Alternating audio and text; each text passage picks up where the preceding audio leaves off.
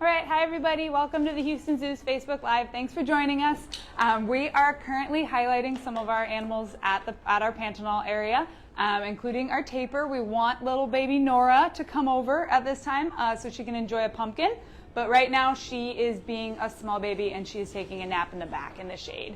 If she comes out, we're going to be able to talk about her. We're going to toss her a pumpkin. But if not, we can just talk about some of the other animals that we've got in this yard. You're looking at Molly, the Baird's tapir right now.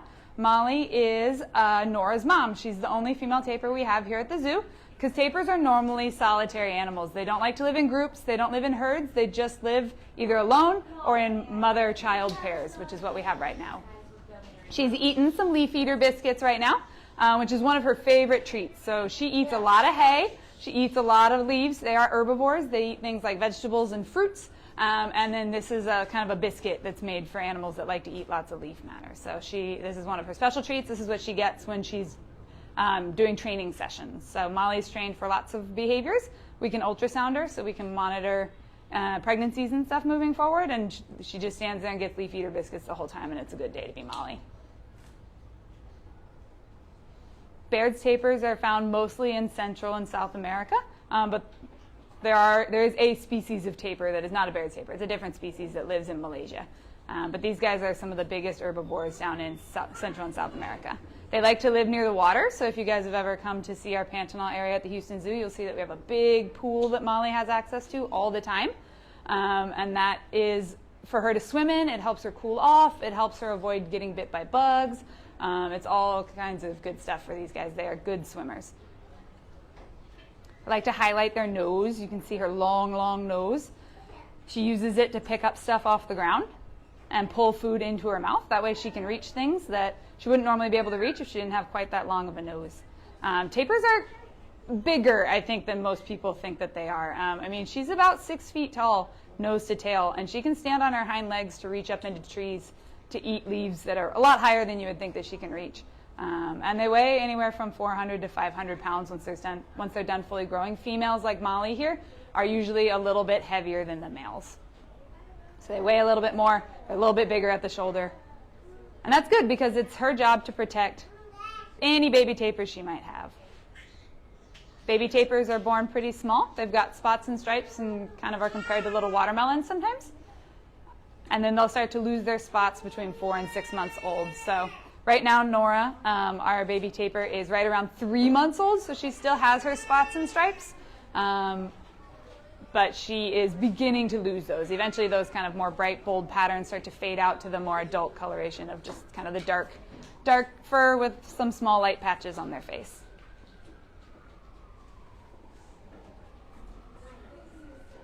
We've got a rhea over here as well. Sometimes people mistake these guys for ostriches. They are not ostriches. They are their own species, and that is a fully grown adult rhea that you're looking at right now. They are very similar to ostriches. They're related. They're a related species. They eat a lot of the same things, but they're found on completely different continents. Rheas are found only in Central and South America, while ostriches are found only in Africa. They're also related to things like emus that are found only in Australia. So they're very similar birds. They look similar, but they're all found on very different environments and completely different continents around the world. We have 4 female rheas here at the Houston Zoo.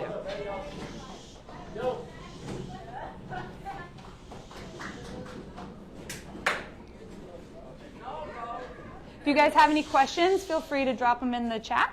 Otherwise, I can just keep talking about these guys. Molly is a very fun character to work with. She has a lot of personality. She really loves food, as you can tell, but she has very particular favorites of her food. She likes citrus, and she doesn't like mint. She likes banana, but she doesn't really like cherry. These are, just kind of funny flavors that we've found that she likes and that she doesn't like.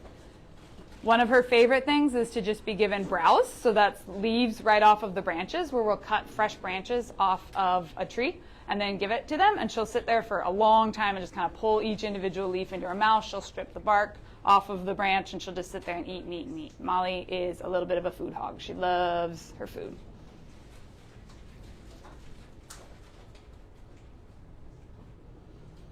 Tapirs are an interesting species. They slightly confuse scientists when scientists were initially trying to classify them. So They have hooves. They're a little hard to see because their toesies are buried in the sand right now, but they do have hooves. But it looks like they have a different number of hooves on their front feet than they do on their back feet. And that's confusing because a lot of hooved animals, things like goats and sheep and horses, they get classified scientifically based on whether or not they have an odd number of toes or an even number of toes on their feet.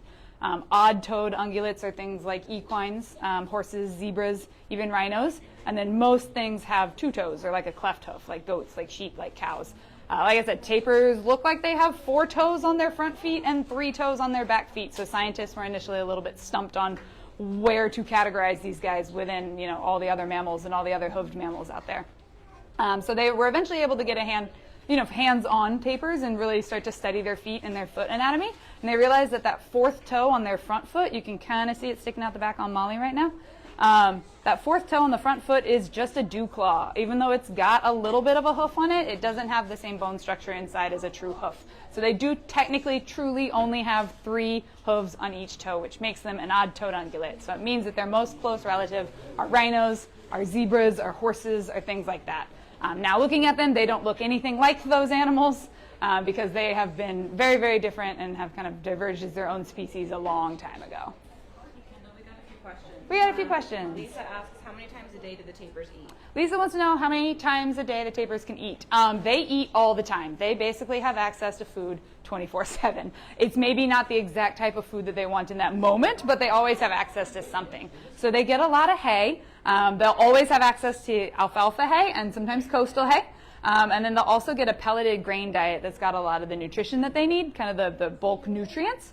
They'll also, like I said, they'll get fruits, they'll get vegetables every day. They can get sweet potato and carrots and lettuce and like the leaf eater biscuits that they're getting now and things like that. So they'll get at least 2 meals of the grain every single day, and then they have access to food basically all the time. So if she is ever not eating, it's because she doesn't want to, not because she can't. She is always eating. Anita asks, how many babies can they have, and can they have multiple at a time? Yeah, Anita wants to know if they can have multiple babies at a time. They cannot, not as far as we have ever seen that I'm aware of in a zoo or in the wild. They only have 1 baby at a time. Their gestation time is like 14 months. It is a very long gestation time, and they only produce 1 small baby, but that just seems to be how they're able to reproduce. So twins are not, I have never heard of tapir twins. How about that? Just 1 at a time. How can guests help save tapirs in the wild? How can guests help save tapirs in the wild? Just by coming to the Houston Zoo. Just by supporting the Houston Zoo, you guys are helping us support tapirs. We work with institutions like the Tapir Specialist Group that are working on conserving all 5 different species of tapirs across, or 4 different species of tapirs across the world. We are also supporting projects down in the Pantanal that are working on making like road crossing areas for wildlife, for things like tapirs and anteaters and everything that lives in that area, to make it safer for them to cross busy roads without getting hit by cars. We work with a lot of different conservation partners that live and operate where tapirs are found. And so just by helping support us, you're helping support them. A portion of your proceeds from your tickets, whenever you spend anything really here at the Houston Zoo, some of those proceeds are going to help our conservation partners that are out there helping wild animals like Molly's wild cousins out there. Habitat loss is a conservation concern for these guys. So what we're trying to do is make sure that the areas that they're found in the wild are protected for them, and so they can continue to have habitat where they can thrive in the wild.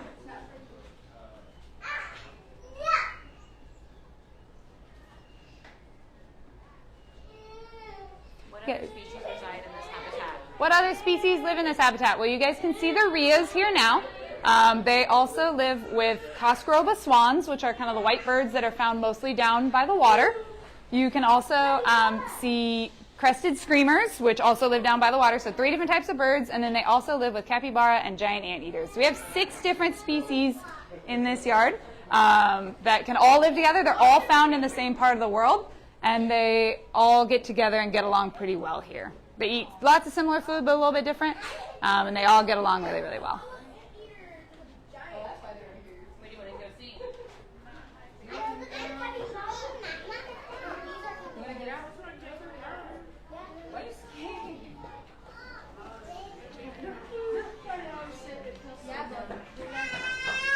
If you guys are interested in another way to help support some of our tapirs, Zoo Ball, one of our, Zubu is happening right now. Zubu is kind of our fall festival. We're open a little bit late. You guys can come check out the zoo at a time that maybe you wouldn't normally be able to see them, see the animals be a little more active at different times.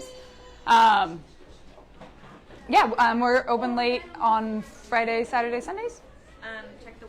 Check the website for the exact times that we're open late, but we're going to be open late so you guys can take advantage of some of this cooler fall weather we're having and see some of our animals. All right, thank you guys for tuning in.